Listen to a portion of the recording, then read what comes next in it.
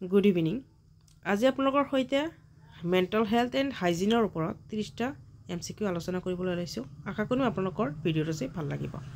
প্ৰথম প্ৰশ্ন দি আছে মানসিক স্বাস্থ্যৰ সংজ্ঞা কি?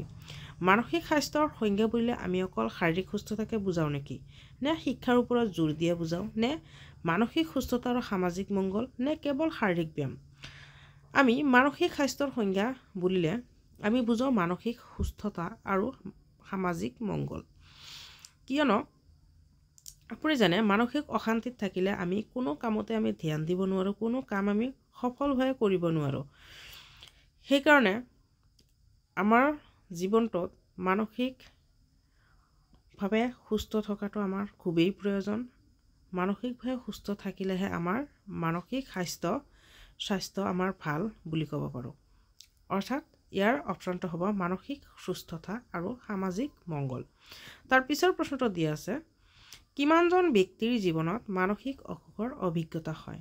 10%, 25%, 50% আৰু 75%। ইয়াৰ উত্তৰটো হ'ব 25%।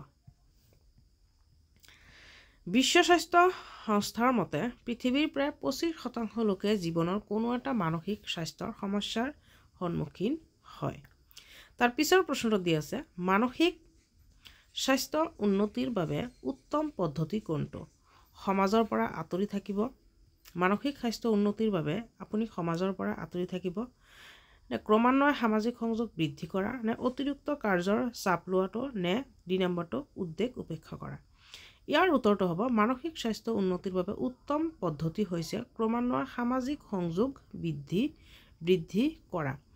মানসিক স্বাস্থ্য উন্নতিৰ বাবে আমি সমাজৰ পৰা আঁতৰি থাকিলে কেতিয়াও আমাৰ মানসিক স্বাস্থ্যৰ উন্নতি ঘটাব আমি নোৱাৰোঁ, কেৱল আমি ডিপ্ৰেশ্যনতেহে ভুগিম। গতিকে সমাজৰ লগত আমাৰ কণ্টেক্ট বৃদ্ধি কৰিব লাগিব, অৰ্থাৎ ইনক্ৰিজ কৰিব লাগিব আমাৰ, হয়নে?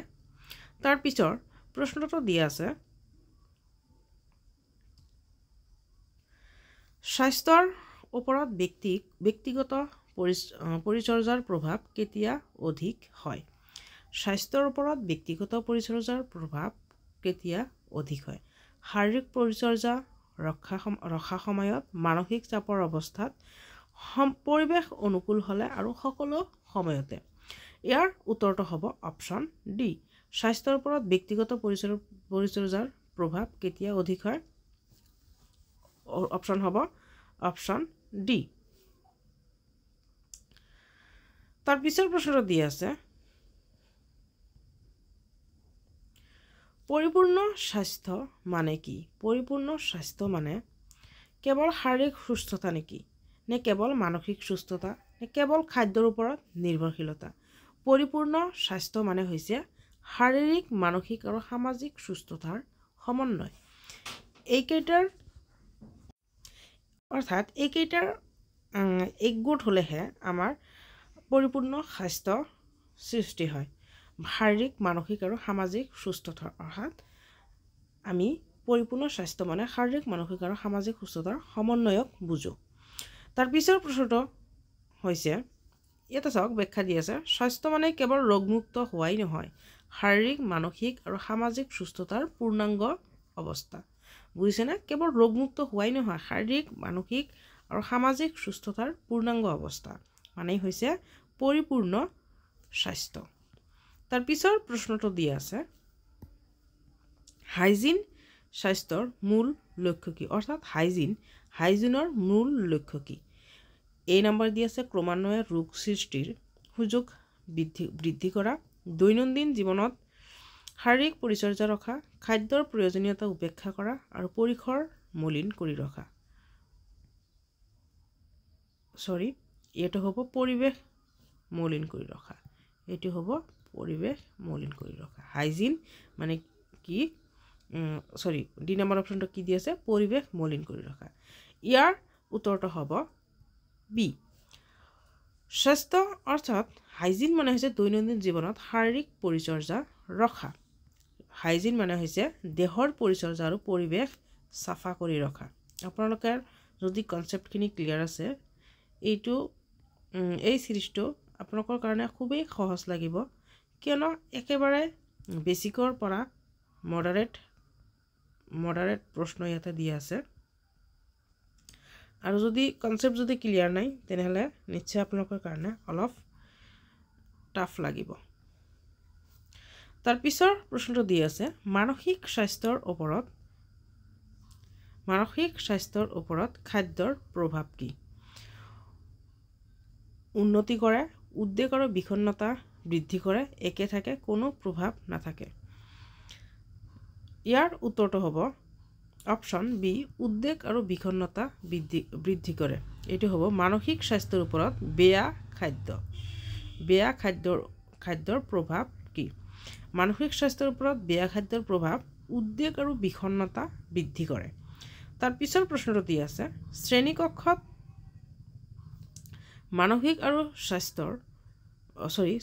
মানসিক স্বাস্থ্যৰ উন্নতিৰ কাৰ্যপদ্ধতি কি হ'ব পাৰে ইয়াৰ উত্তৰটো হ'ব কি শিক্ষাৰ্থীৰ মাজত সহযোগিতামূলক মনোভাৱ বিকাশ কৰা ইয়াৰ উত্তৰটো কি হ'ব শিক্ষাৰ্থীৰ মাজত সহযোগিতামূলক মনোভাৱ বিকাশ কৰা শ্ৰেণীকক্ষত মানসিক স্বাস্থ্যৰ উন্নতিৰ কাৰ্যপদ্ধতি শিক্ষাৰ্থীৰ ওপৰত অতিৰিক্ত চাপ সৃষ্টি কৰা এইটো কেতিয়াও হ'ব নোৱাৰে শ্ৰেণীকক্ষ মলিন কৰি ৰখা এইটো কেতিয়াও হ'ব নোৱাৰে শিক্ষাৰ্থীৰ চিন্তাক উপেক্ষা কৰা এইটো কেতিয়াও হ'ব নোৱাৰে শ্ৰেণীকক্ষত মানসিক স্বাস্থ্যৰ উন্নতিৰ কাৰ্যকলাপ হ'ব শিক্ষাৰ্থীৰ মাজত সহযোগিতামূলক মনোভাৱ বিকাশ কৰা তাৰ পিছৰ প্ৰশ্নটো দি আছে হাইজিনৰ উদাহৰণ কি নিয়মিত হাৱা বদল কৰা শাৰীৰিকভুক্ত চিন্তাকৰণ মানসিক চাপ উপেক্ষা কৰা ব্যক্তিগত পৰিচৰ্যা এৰাই ৰখা ইয়াৰ উত্তৰটো হ'ব নিয়মিত হাৱা বদল অৰ্থাৎ বায়ু এয়াৰ হ'ব তাৰ পিছৰ প্ৰশ্নটো দি আছে ব্যাখ্যা চাওক পৰিৱেশৰ স্বাস্থ্য পৰিচৰ্যাৰ অন্তৰ্গত হাৱা বদল কৰাটো অন্যতম তাৰ পিছৰ প্ৰশ্নটো দি আছে মানসিক স্বাস্থ্য আৰু হাইজিনৰ মাজত সম্পৰ্ক কি মানসিক স্বাস্থ্য অৰ্থাৎ মেণ্টেল হেলথ আৰু হাইজিনৰ মাজৰ সম্পৰ্কটো কি এই গোটেই সিৰিজটো মানসিক স্বাস্থ্য আৰু হাইজিনৰ ওপৰতে হৈ আছে হয়নে এই অৰ্থাৎ এই 30 MCQ মানসিক স্বাস্থ্য আৰু হাইজিনৰ ওপৰতে লৈ আহিছো গতিকে ইয়াত দুজৰ পৰস্পৰৰ মাজৰ সম্পৰ্কখিনি সুধিছে সম্পৰ্ক কি হ'ব এই নম্বৰ পৰস্পৰে সম্পৰ্কহীন বি স্বাস্থ্য বজাই ৰখাৰ বাবে মানসিক স্থিতিশীলতাৰ প্ৰয়োজন সি স্বাস্থ্যৰ ওপৰত মানসিক স্বাস্থ্যৰ কোনো প্ৰভাৱ নাই ডি কেৱল শাৰীৰিক পৰিসৰে মানসিক স্বাস্থ্য নিৰ্ভৰ কৰে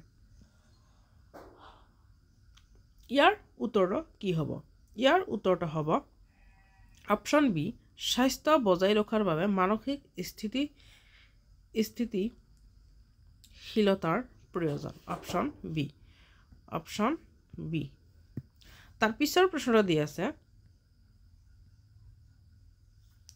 দি আছে মানসিক চাপ কমোৱাৰ বাবে সকলোতকৈ উপযুক্ত পদ্ধতি কি এনসাৰটো ওলাই থাকিল এ অলসতা কৰা বি ধ্যান আৰু যোগ অনুশীলন আৰু সি কাজৰ সময়ত অতিৰিক্ত চাপ লোৱা আৰু একাকিত্ব প্ৰশংসা কৰা মানসিক চাপ কমোৱাৰ বাবে সকলোতকৈ উপযুক্ত উপায় কি হ'ব ধ্যান আৰু যোগ অনুশীলন কৰা আপোনালোকে যদি কনসেপ্টখিনি ক্লিয়াৰ কৰিছে এইখিনি পাব ধ্যান আৰু যোগ অনুশীলন কৰা এইটো আপোনালোকে পাই যাব তাতে ক্লিয়াৰলি আপোনালোকৰ এইবোৰ দিয়া আছে অলসতা কৰা কেতিয়াও মানসিক চাপ নকমায় বৃদ্ধিহে কৰে একাকিত্ব প্ৰশংসা কৰা কেতিয়াও হ'ব নোৱাৰে কামৰ সময়ত অতিৰিক্ত চাপ লোৱা এইটো বলা হৈ আছে হয়নে তাৰ পিছৰ প্ৰশ্নটো দি আছে ব্যক্তিগত স্বাস্থ্যৰ ওপৰত কৃত্ৰিম খাদ্যৰ প্ৰভাৱ কি ব্যক্তিগত স্বাস্থ্যৰ ওপৰত কৃত্ৰিম খাদ্যৰ অভাৱ কি হ'ব পুষ্টিৰ অভাৱ সৃষ্টি হয় উত্তৰটো কি হ'ব পুষ্টিৰ অভাৱ সৃষ্টি হয় আপোনাৰ এইটো একেবাৰে সহজ আপোনালোকে চালে পাই যাব হয়নে তাৰ পিছৰ প্ৰশ্নটো দি আছে স্বাস্থ্যৰ মূল উপাদান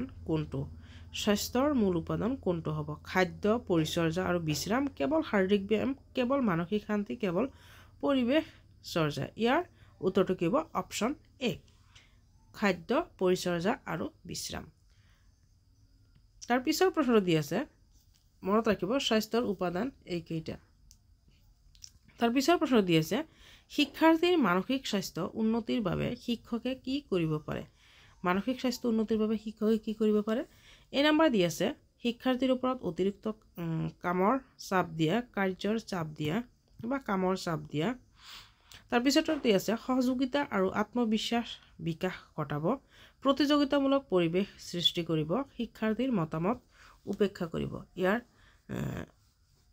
উত্তৰটো ওলাই আছে ইয়াৰ উত্তৰটো কি হ'ব অপচন বি সহযোগিতা আৰু আত্মবিকাশ বিকাশ কৰা তাৰ পিছৰ প্ৰশ্ন দি আছে হাইজিন বজাই ৰখাত পৰিকল্পিত খাদ্যৰ ভূমিকা কি ইয়াৰ অপচন দি আছে কোনো প্ৰভাৱ নাই দেহৰ প্ৰয়োজনীয় পুষ্টি যোগান ধৰে খাদ্যৰ অভাৱ সৃষ্টি কৰে কেৱল দেহৰ আকাৰ উন্নত কৰে হাইজিন বজাই ৰখাত পৰিকল্পিত খাদ্যৰ ভূমিকা কি হ'ব পাৰে অপচন বি দেহৰ প্ৰয়োজনীয় পুষ্টি যোগান ধৰে তাৰ পিছৰ প্ৰশ্ন দি আছে মানসিক স্বাস্থ্যৰ সংকটৰ বাবে শ্ৰেষ্ঠ সমাধান কি মানসিক স্বাস্থ্য সমাধানৰ বাবে স্বাস্থ্যৰ সংকটৰ বাবে শ্ৰেষ্ঠ সমাধান কি হ'ব এই নম্বৰ দি আছে একাকিত্ব প্ৰশংসা কৰা উপযুক্ত মনোৰোগ বিশেষজ্ঞৰ পৰামৰ্শ লোৱা সমস্যাক উপেক্ষা কৰা আৰু নিজৰ অনুভৱ গোপন ৰখা ইয়াৰ উত্তৰটো হ'ব অপচন বি মানসিক স্বাস্থ্য সংকটৰ বাবে শ্ৰেষ্ঠ সমাধান কি হ'ব উপযুক্ত মনোৰোগ আৰু বিশেষজ্ঞৰ পৰামৰ্শ লোৱা সাধাৰণতে দেখা যায় যে আমি মনোৰোগ বিশেষজ্ঞৰ ওচৰলৈ যাবলৈ আমাৰ বেয়া লাগে কিয়নো আমি যদি মনোৰোগ বিশেষজ্ঞৰ ওচৰলৈ যাওঁ মানুহে আমাক পাগল বুলি ভাবিব সেই কাৰণে আমি মনোৰোগ বিশেষজ্ঞৰ ওচৰলৈ আমি যাবলৈ বেয়া পাওঁ আচলতে এনেকুৱা নহয় আপোনাৰ মানসিক অশান্তি যদি বৃদ্ধি পাইছে যদি ডিপ্ৰেশ্যনত গুচি গৈছে আপুনি তেনেহ'লে আপোনালোকে নিশ্চয় মনোৰোগ বিশেষজ্ঞৰ ওচৰত আপোনালোকে যাওক আৰু পৰামৰ্শ লওক কিবা নহয় কিবা এটা উপায় দিবই গতিকে আপোনালোকে কেতিয়াও এনেকুৱা নাভাবিব যে মনোৰোগ বিশেষজ্ঞৰ ওচৰত গ'লেই আমাক মানুহে পাগল বুলি ভাবিব গতিকে আমাক যাব নালাগে এনেকুৱা কেতিয়াও ভাবিব নালাগে নহ'লে আপোনাৰ ডিপ্ৰেশ্যনত ভুগিব লাগিব এটা সময়ত আপুনি সঁচাকৈ পাগল হৈ যাব তাৰ আগতে আপুনি যদি বিশেষ কিবা কাৰণত আপুনি যদি ডিপ্ৰেশ্যনত গুচি গৈছে চাকৰিৰ সমস্যা ঘৰৰ সমস্যা বহুতো ধৰণৰ সমস্যাৰ কাৰণে আপুনি যদি ডিপ্ৰেশ্যনত গুচি গৈছে আপোনালোক বা লাভৰ সমস্যা বহুতো এনেকুৱা সমস্যা আছে যদি আপোনালোকে সঁচাই যদি আপোনালোকে ভাবিছে মোৰ কিবা এটা উপায় কৰিব লাগিব নহ'লে পাগল হৈ যাম বা এনেকুৱা হ'ব তেনেহ'লে আপুনি নিশ্চয় মনোৰোগ বিশেষজ্ঞৰ ওচৰত যাওক আৰু নিজৰ মানসিক স্বাস্থ্যৰ উন্নতি ঘটাওক তাৰ পিছৰ প্ৰশ্ন দি আছে দৈনিক পৰিচৰ্যাৰ অংশৰ পৰা কি অন্তৰ্ভুক্ত কৰা উচিত খাদ্য উপেক্ষা কৰা দৈনন্দিন স্নান আৰু চাফাই অনিয়মিত জীৱনচৰণ পৰিৱেশ মলিন কৰি ৰখা ইয়াৰ উত্তৰটো কি হ'ব অপচন বি দৈনন্দিন স্নান আৰু চাফাই তাৰ পিছৰ প্ৰশ্নটো দি আছে মানসিক স্বাস্থ্যৰ ওপৰত অধিক প্ৰভাৱ পেলোৱা কাৰক কোনটো মানসিক স্বাস্থ্যৰ ওপৰত অধিক প্ৰভাৱ কোনটো পেলায় খাদ্য আৰু পৰিৱেশ কেৱল ঘৰত কটোৱা সময় কেৱল পঢ়া শুনা কেৱল বন্ধুৰ সমৰ্থন ইয়াৰ উত্তৰটো হ'ব অপচন এ খাদ্য আৰু পৰিৱেশটো যদি ভাল নাথাকে নহয় আমাৰ মানসিক স্বাস্থ্যৰ ওপৰত প্ৰভাৱ পৰিব পৰিৱেশটো যদি ভাল থাকে আপোনাৰ বন্ধু বান্ধৱ আপোনাৰ যিসকল মানুহৰ লগত আপোনাৰ কণ্টেক্ট আছে সেইসকল মানুহ যদি ভাল হয় আপোনাৰ মানসিক স্বাস্থ্য অট'মেটিক উন্নতি হ'ব আৰু যদি আপোনাৰ চাৰিওকাষে যদি নেগেটিভিটি বিয়পাই আছে কিছুমান মানুহ এনেকুৱা আছে নহয় অকল নেগেটিভিটি সেইসকল মানুহৰ পৰা আপোনালোকে দূৰত থাকিব এইসকল মানুহৰ কাৰণে আমাৰ মানসিক স্বাস্থ্যৰ ওপৰত আমাৰ প্ৰভাৱ পৰে গতিকে সেইসকল মানুহৰ পৰা আপোনালোকে নিশ্চয় দূৰত থাকিব আৰু পুষ্টিকৰ খাদ্য খাওক যিটো আপোনাৰ শৰীৰ আৰু মানসিক আৰু শাৰীৰিক দুয়োটাৰ কাৰণে আপোনাৰ বহুত লাভজনক হয়নে তাৰ পিছৰ প্ৰশ্নটো দি আছে ৰোগ নিৰাময়ত হাইজিনৰ ভূমিকা কি ৰোগৰ প্ৰকোপ বৃদ্ধি কৰা ৰোগ সৃষ্টিৰ সুযোগ হ্ৰাস কৰা কেৱল শাৰীৰিক স্বাচ্ছন্দ্য কোনো ভূমিকা নাই। ইয়াৰ ভূমিকা হ'ল ৰোগ নিৰাময়ত হাইজিনৰ সুবিধা কি? হাইজিনৰ সুবিধা হৈছে অপশ্যন বি ৰোগ সৃষ্টিৰ সুযোগ হ্ৰাস কৰে।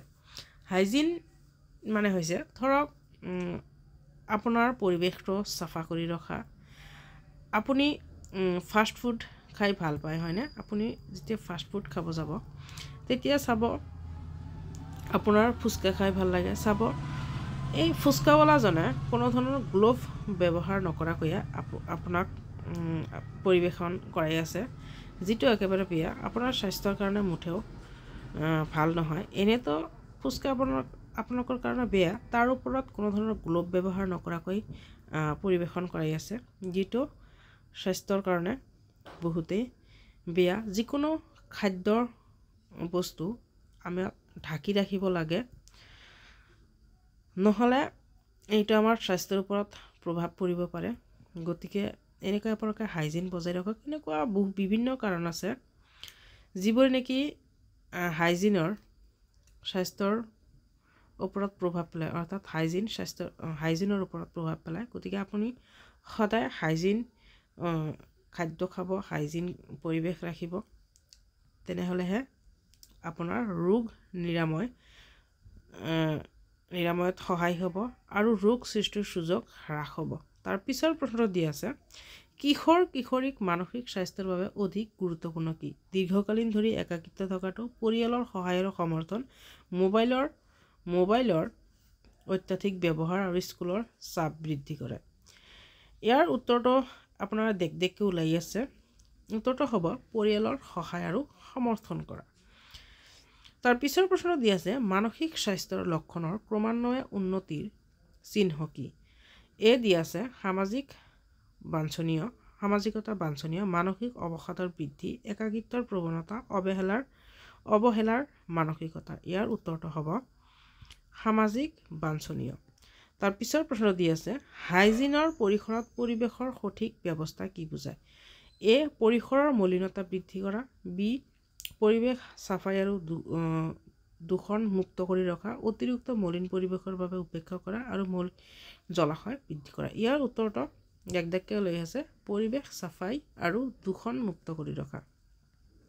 তাৰ পিছৰ প্ৰশ্ন দি আছে মানসিক স্বাস্থ্যৰ সংকটৰ পৰিণতি কি হ'ব পাৰে? ইয়াৰ উত্তৰটো কি হ'ব? ইয়াৰ উত্তৰটো হ'ব এ দীৰ্ঘকালীন উদ্বেগ আৰু বিষণ্ণতা।